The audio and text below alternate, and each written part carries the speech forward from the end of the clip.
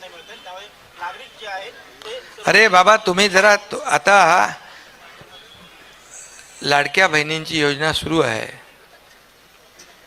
ती सुरू राहणार आहे सर्वसामान्य माणसाला. अरे बाबा त्या लाडक्या बहिणींनी पण आपले अनुभव कथन केलेत ना, त्यांच्या मुलांचं औषध, त्याच्या पतीचं औषध, त्यांच्या घरातल्या कुणाचं औषध पाणी किंवा काही छोटी मोठी गरज त्या 1,500मध्ये भागू लागल्या. 1,500 10 मैत्रिणी एकत्र येऊन एकत्र छोटा मोठा व्यवसाय करू लागल्या. शेवटी हा व्यवसायामध्ये मार्केटमध्ये पैसे येणार आणि याच्यामुळे अर्थव्यवस्थेला चालना मिळणार. तर आपण पाहिलेलं असेल, स्वतः महाराष्ट्र राज्याचे उपमुख्यमंत्री एकनाथ शिंदे यांनी सांगितले आहे की राज्यात लाडकी बहीण योजना सुरूच राहील. महायुती सरकार महिलांच्या कल्याणासाठी वचनबद्ध आहे. तर आपण पाहू शकता मोठी घोषणा त्यांनी केलेली आहे. लाडकी बहीण योजनेबद्दल त्यांना आजच्या पत्रकार परिषदेमध्ये प्रश्न विचारण्यात आलेला होता. त्यांनी सांगितलं की ही योजना आहे तशी कायमस्वरूपी चालू राहणार आहे. पात्र लाडक्या बहिणींना संपूर्ण त्यांचे हप्ते भेटत राहतील, इन्स्टॉलमेंट भेटत राहतील. तर व्हिडिओच्या सुरुवातीलाच तुम्हाला ही मोठी खुशखबर दिलेली आहे की तुमची योजना बंद होणार नाही. तुम्ही अनेक न्यूज पाहिलेले असतील की लाडकी बहीण योजना बंद वगैरे होणार, परंतु त्याबद्दल त्यांनी स्पष्टपणे सांगितलंय की योजना सुरूच राहील. त्यासोबत बघा, लाडकी बहीण योजनेबद्दल स्वतः मुख्यमंत्री देवेंद्र फडणवीस यांनी देखील मोठं वक्तव्य केलेलं आहे.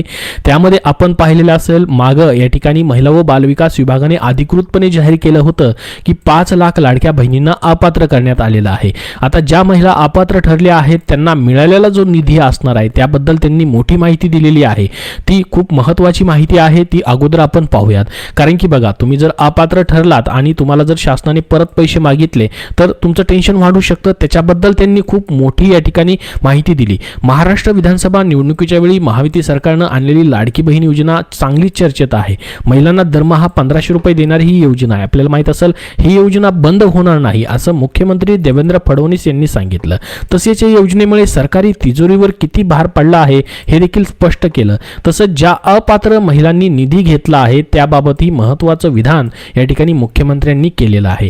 त्यामध्ये त्यांनी म्हटलेलं आहे की कुठल्याही लाडकी बहीण योजनामध्ये जर तुम्ही या ठिकाणी अपात्र ठरलेला आहात तर तुम्हाला जो आतापर्यंत निधी दिला गेलेला आहे तो आम्ही परत घेणार नाहीत. ही तुमच्यासाठी मोठी खुशखबर असणार आहे. लाडकी बहीण योजना या ठिकाणी जी असणार आहे त्याच्यामध्ये आम्ही तर ती बंद करणार नाहीत, परंतु अपात्र लाडक्या बहिणी जर असतील ज्यांनी या ठिकाणी पात्र नसताना लाभ घेतलेला आहे, त्यांना अपात्र करण्यात आलेला आहे, तर त्यांच्याकडून कुठल्याही स्वरूपामध्ये या ठिकाणी निधी जो आहे दिलेला वसूल केला जाणार नाही, अशी मोठं विधान त्यांनी या ठिकाणी केलेलं आहे. नवीन माहिती जी आहे या ठिकाणी दिलेली आहे.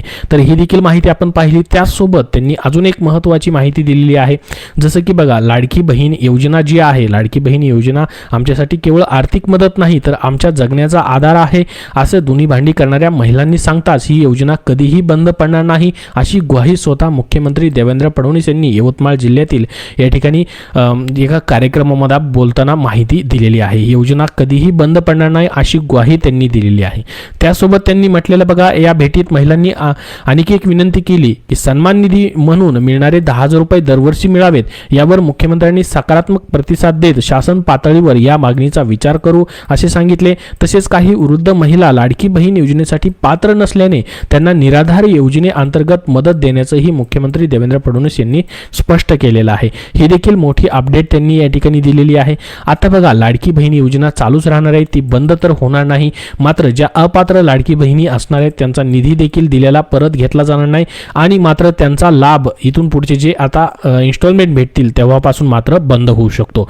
आता मग लाडक्या बहिणी जी आहेत सध्या 1500 रुपयावरती या ठिकाणी तुम्हाला प्रत्येक महिन्याला पैसे जे आहेत भेटत आहेत, परंतु आपल्याला माहिती असेल लाडक्या बहिणींसाठी या ठिकाणी 2100 रुपयाची देखील घोषणा करण्यात आलेली होती. ते कधीपासून भेटू शकतात बघा, याच्याविषयी स्वतः मुख्यमंत्री असतील, उपमुख्यमंत्री असतील, महिला व बालविकास मंत्री असतील त्यांनी सांगितलेलं आहे.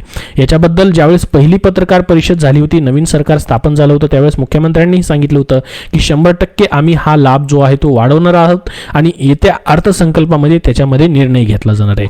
तर याबद्दल यंदाच्या अर्थसंकल्पात 2100 रुपयाच्या हप्त्याची घोषणा करण्याची या ठिकाणी शक्यता आहे. राज्यात 1 मार्चपासून अर्थसंकल्प जाहीर केला जाणार आहे. म्हणजे पुढच्या महिन्यामध्ये अर्थसंकल्प होणार आहे. हा महिना म्हणजेच फेब्रुवारीचा महिना देखील तुम्हाला 1500 रुपयांनी लाभ भेटणार आहे. त्याचा देखील लाभ कुठल्या तारखेपर्यंत भेटू शकतो त्याचीही माहिती पुढे आपण बघणार आहोत. आणि मार्च महिन्यामध्ये देखील तुम्हाला या ठिकाणी 1500 रुपयांनी लाभ भेटू शकतो, कारण की मार्च महिन्यामध्ये अर्थसंकल्प चालू होणार आहे.